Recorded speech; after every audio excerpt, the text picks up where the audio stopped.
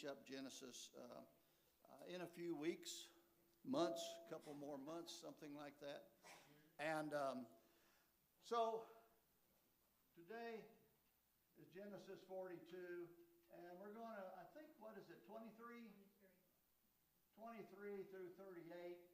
Actually, this should have gone back to about verse 25, but we'll start here and go on. This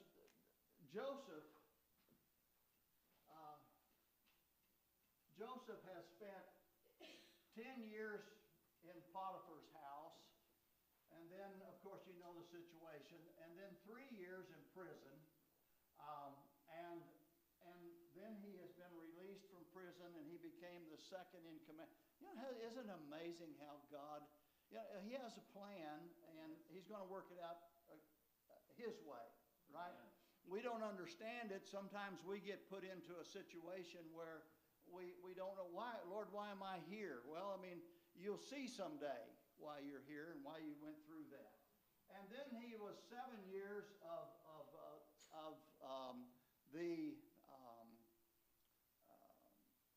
I'm trying to say the drought. The terrible drought was 7 years, and now we're going into the 7 years of plenty. And so probably another year, probably another year or so. So this is around 28 to 29 years after he was sold by his brothers into captivity. So he has aged almost 30 years over that period of time. And yet I want you to see in this that they have not forgotten him.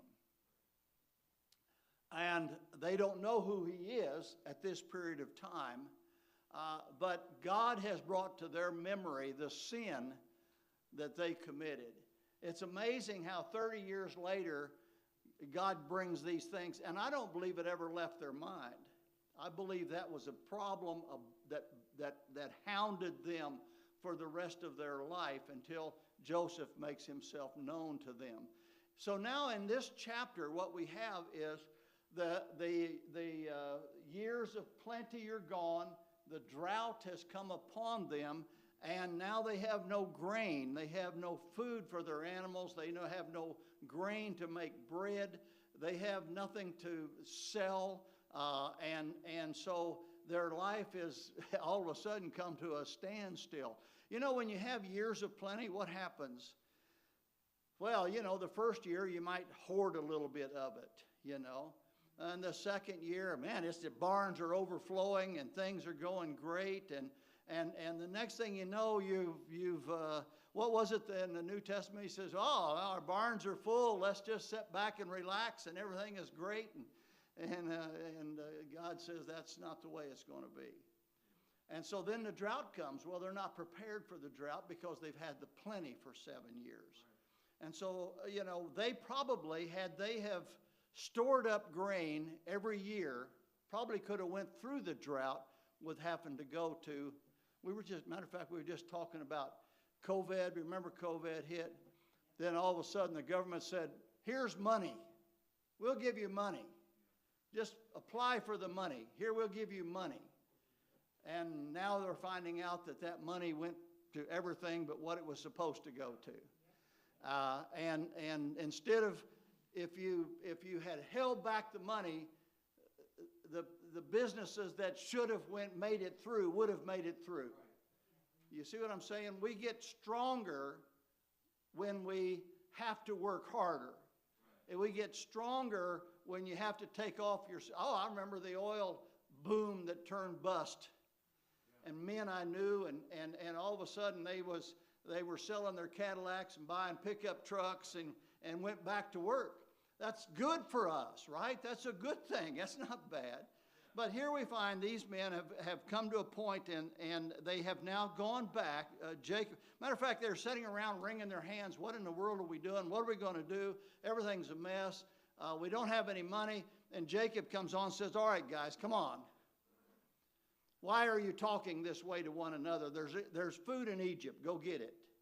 And so he has sent the family there. Now, out of the 12 family, out of the 12 sons, he sent 10 of them.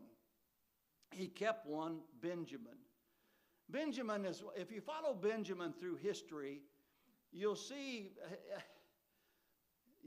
what it is. Judges 19 and 20 gives you a little hint about Benjamin. They're kind of like the spoilt child. You know, why? Because Dad kept them. He wouldn't let anything happen to Benjamin.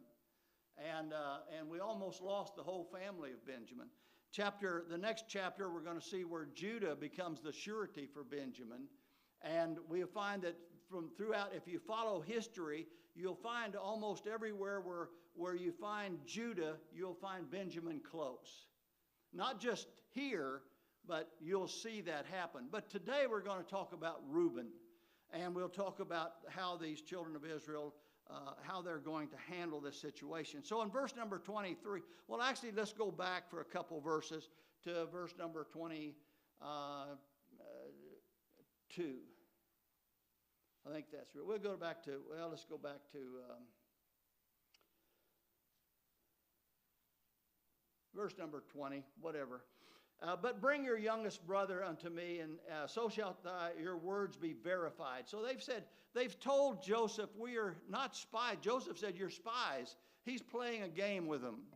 You know, when you look at Joseph in this situation, Joseph is a marvelous example of Christ. And he is also an example of a great Christian. For him to lie and to pull this off, he has to tiptoe around it. And you can see where he turns his back on his brothers and he weeps. He don't want to do what he's doing, but he has to do it to get Jacob back into into Egypt, where he needs to be to save the family. And so he's doing this in a way also to teach his brothers a lesson. But it's hard for him. If you look at this is hard for Joseph. He loves his family. Isn't it amazing? That's the way Jesus was. He came into his own, and his own received him not. I mean, it's like even his brothers, James and his brothers, they didn't believe in him. I mean, how can you not believe? How can you? Well, they probably envied him, and because he was perfect and they weren't.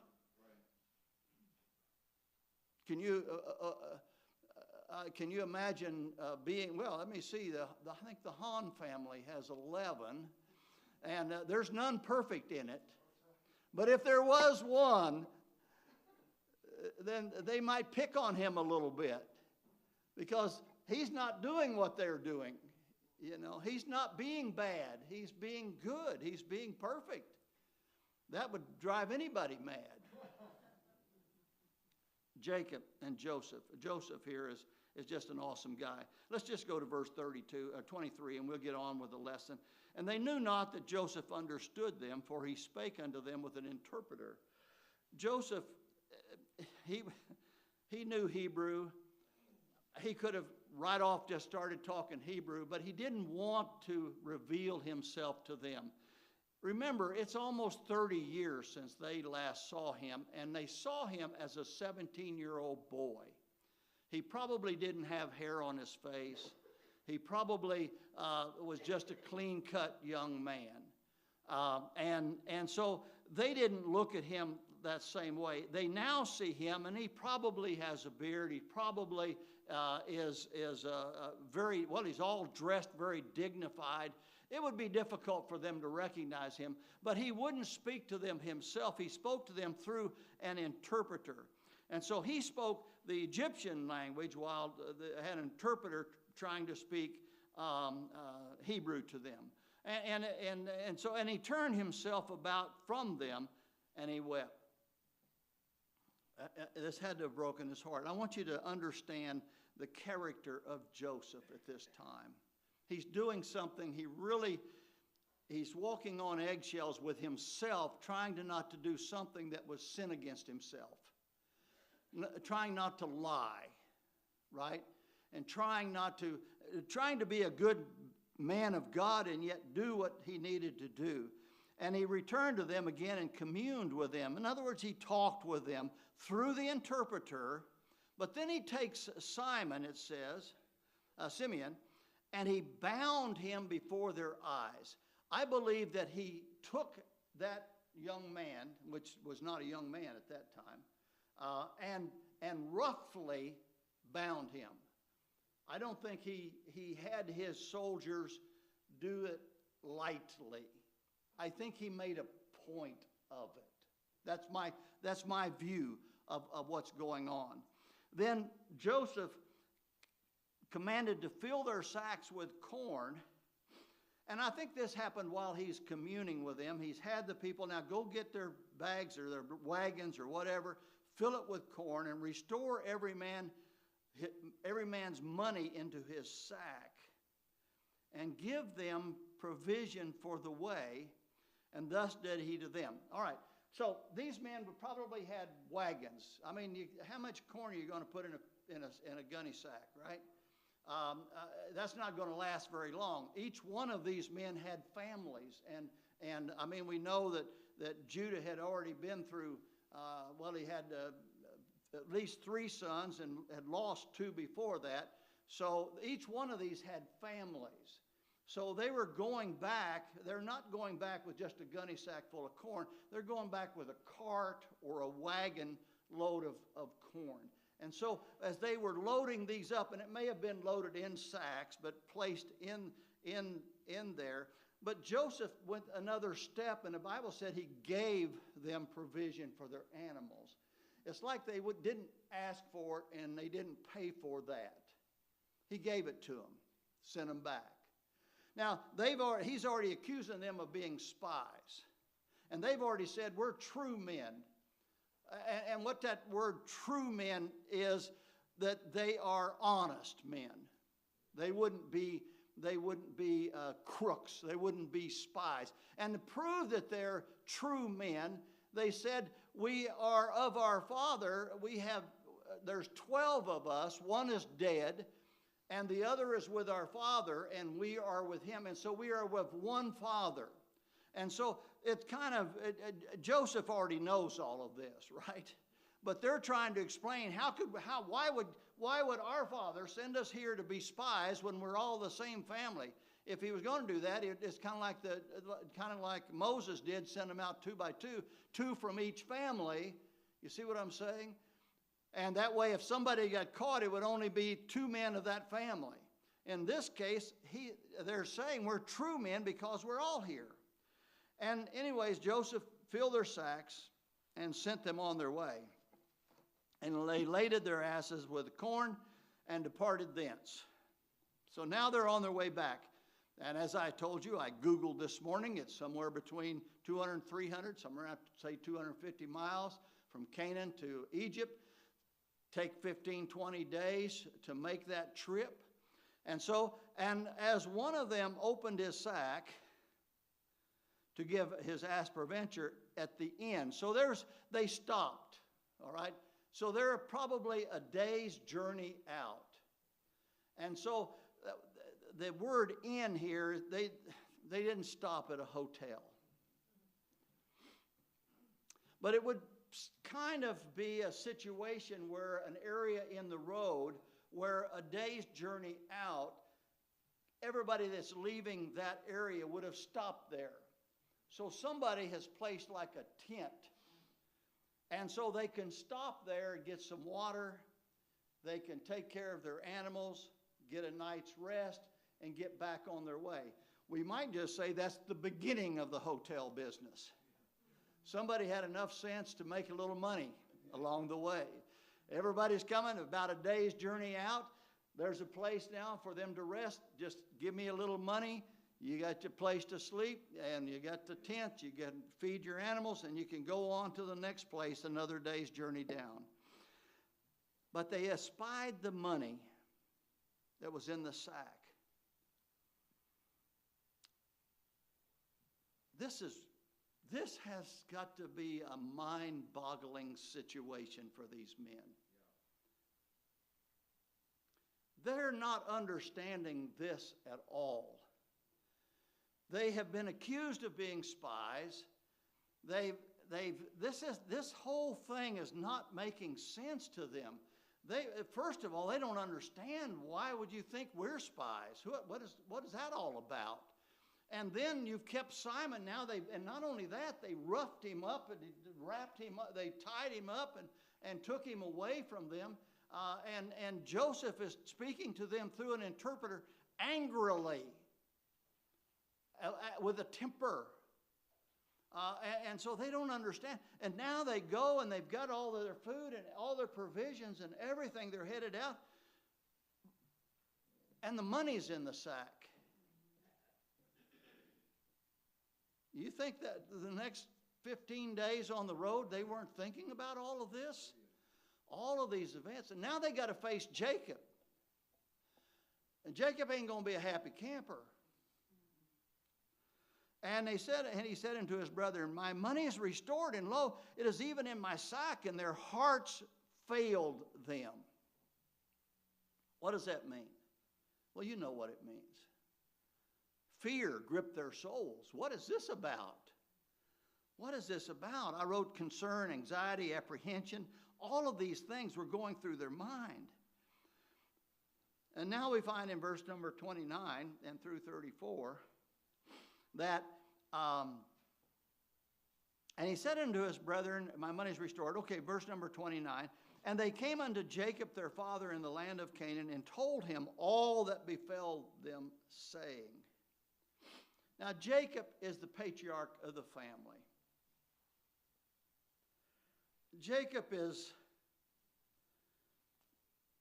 well, to them, he is not a god, but he is the man.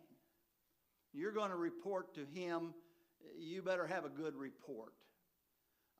And this is one of the problems that Joseph got into, because his dad was sending him out to give reports back.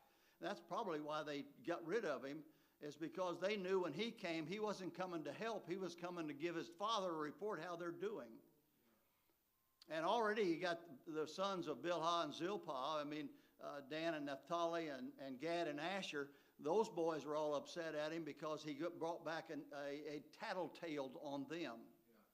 And so they were already mad at him. So when he went, this is the whole thing. So now they've got to face their father, and this is a situation they don't want to talk about.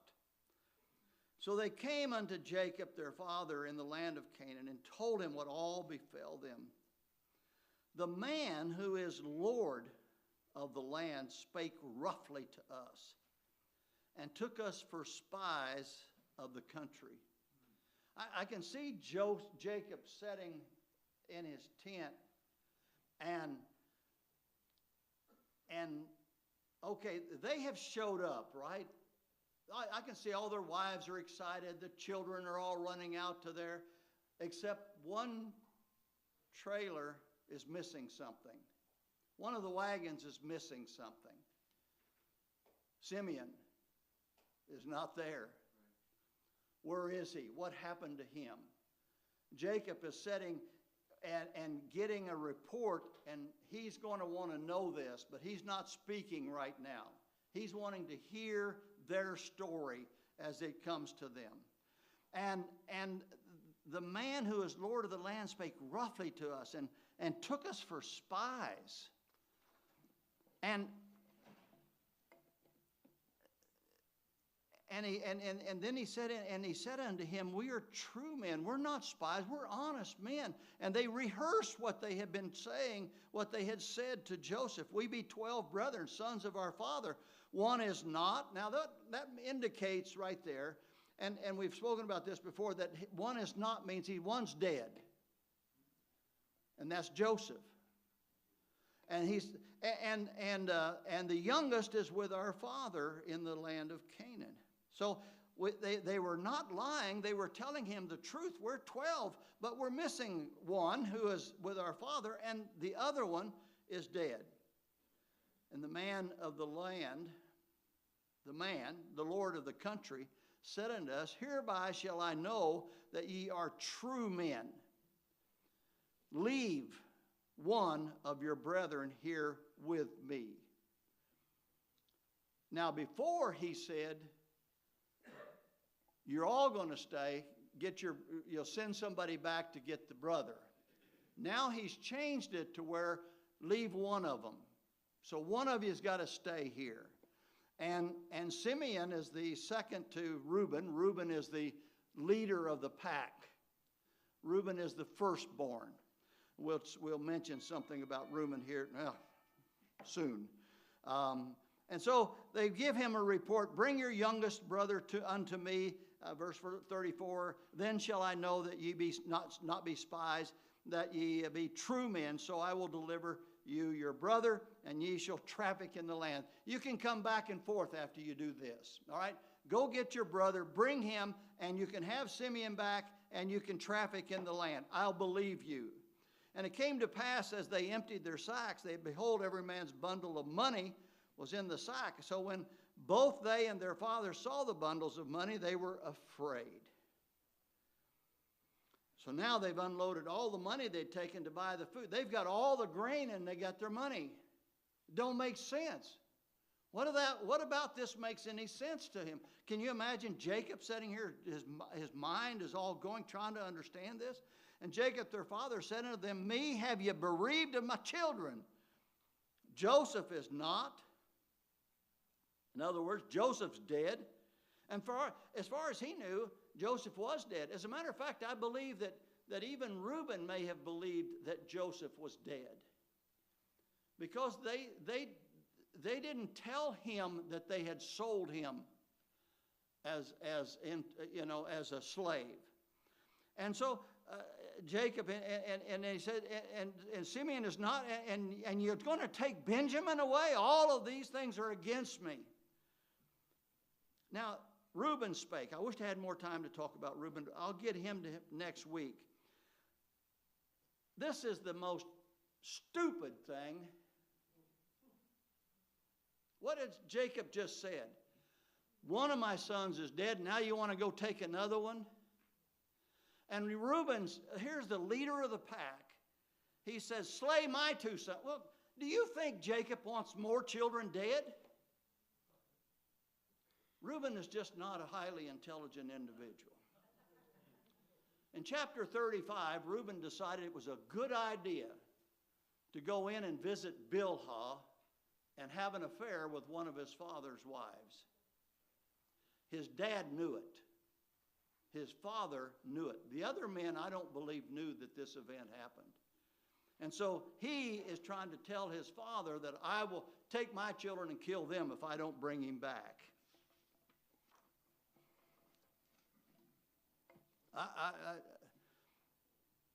Next week, chapter 43, we'll see how to properly handle the situation. Judah will step up and say, I will be a surety for him. I will be a surety for him. He didn't say, they'll take my sons and kill them if I don't do it. I mean, what sense did that make? I don't think he had much respect for Reuben. And he said, my son shall not go down with you. Let me rephrase that. My son shall not go down with you. Forget it. For his brother is dead, and he's left alone. If mischief befall him by the way in which ye go, then shall ye bring down my gray hairs, and with sorrow to the grave. Benjamin is alone. Benjamin was the son of the last son of Rachel, and she died giving birth to him. She died giving birth to him. And Benjamin has no brothers. All the other children have brothers. Benjamin has no brothers. And so next week we'll get into chapter 43, and they'll make another trip back. Thank you, Charlie.